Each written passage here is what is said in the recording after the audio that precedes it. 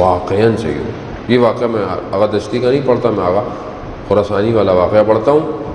وہ کہتے ہیں کہ تہران میں بہت بڑے حکمت، فلسفہ، سارے علم پڑھاتے تھے اور اخلاق میں بھی بہت اچھے تھے.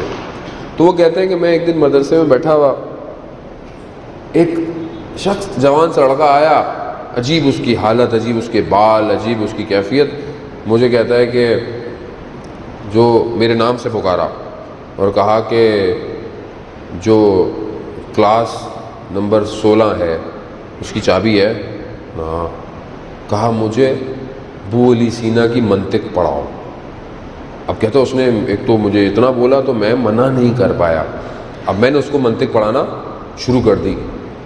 منطق پڑھاتا تھا. اب مجھے کافی عرصہ ہو چکا تھا تو مجھے بہت محنت کرنی پڑتی تھی منطق پڑھانے میں. تو میں رات کو زیادہ ٹائم لگاتا تو میرے گھر والے بھی ناراض ہوتے تھے. کچھ دن دیکھا کہ مجھے میری کتاب نہیں ملی اور ایک دو دن میں اس کو بغیر کتاب کے پڑھایا. تیسرا دن گزرا تو اس طالب علم نے مجھے کہا کہ استاد پڑھے بغیر کیوں پڑھاتے ہیں آپ مجھے، کیوں نہیں پڑھ کے آتے؟ اس نے بولا بھائی میں سیدھی سی بات بتاؤں، مجھے 3 دن سے نا میری کتاب نہیں مل رہی.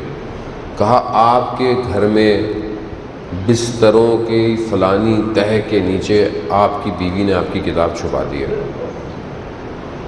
اب اس نے بولا کہ بھائی یہ کون ہے؟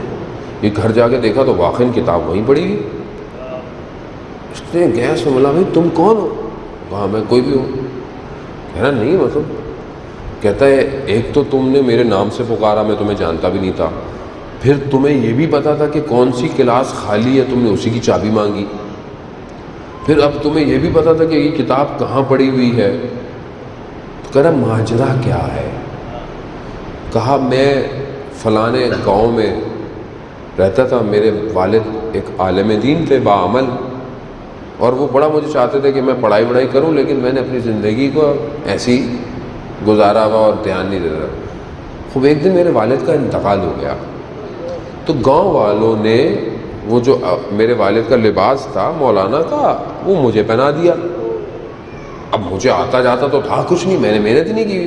تو میں نے انہیں اتنے عرصے اپنی طرف سے احکامات بتاتا رہا، خمس کھاتا رہا، وہ نیا بکرے وکرے جو دیتے تھے سب. کچھ عرصہ گزرا تو مجھے اچانک سے خیال آیا، وہ اللہ دیکھیں اللہ ہر کسی کو ٹھک ٹھک دیتا ہے. بعض علماء بیان کہتے ہیں کہ اس نے دیکھا کہ اس کا ایک بال سفید آ رہا ہے. اس نے بولا کہ میں نے بھی مرنا ہے، قبر میں جانا ہے، عالم برزخ ہے، تو میں کیا حساب کتاب دوں گا کہ یہ میں سب جھوٹ کر رہا ہوں، غضب کا مال کھا رہا ہوں.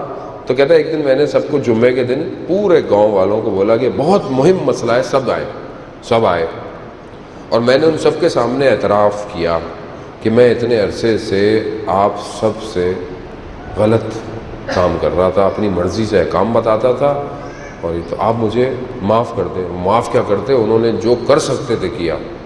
مار وار کے اس بیچارے کو کپڑے پھاڑ دیے بیچارے کو. وہ پھٹے ہوئے کپڑوں کے ساتھ کہتا ہے میں شہر کی طرف نکلا. کہتا ہے مجھے رستے میں ایک بڑا باصفا بڑا نورانی سا چہرہ ایک شخص ملا. تو جب وہ میری اس تڑپ کو میرے اس کو تو کہا کہ تم پڑھتے کیوں نہیں ہو، تم علم حاصل کرو. کہتا میں کہاں جاؤں؟ تو کہتا ہے اس شخص نے مجھے آپ کے پاس بھیجا اور یہ ساری باتیں مجھے وہ شخص بتاتا ہے. اب یہ عالم دین تھے اور باصفا تھے، یہ سمجھ گئے کہ یہ کوئی اور نہیں امام زمانہ ہے. لیکن امام زمانہ نے اجازت نہیں دی کہ یہ طالب علم امام کو پہچانے. تو کہا اچھا تمہاری ان سے ملاقات ہوتی ہے؟ کہا ہوتی رہتی ہے. تو کہا کبھی کبھی میں ان کے ساتھ کھانا بھی کھاتا ہوں. تو کہا اچھا ان سے ملاقات ہو تو میرا سلام دیجیے گا. اور کہا کہ ہماری زیارت ہمیں بھی کرا دیں کبھی. کہتا اچھا مسئلہ نہیں ہے، میں کہہ دوں گا. یہ گئے، واپس آیا طالب علم. کہا کیا ہوا؟ کہا وہ انہوں نے کہا ہے کہ آپ درس پڑھاتے رہے، ہم آپ سے راضی ہیں. اب یہ سننا تھا میں نے، تو میں نے کہا اچھا تمہاری اگر پھر ان سے ملاقات ہو تو ان سے کہنا اچھا دور سے اپنی زیارت ہی کرا دے. کہتا یہ میں نے کہا تو اس دن کے بعد سے وہ لڑکا میرے پاس نہیں آیا اور ساری زندگی میں حسرت کے انتظار میں بیٹھا رہا۔ یعنی ایک جوان سچ کے دل سے اگر توبہ کر لے، عزیزان محترم، امام زمانہ اس کی رہنمائی کرتے ہیں۔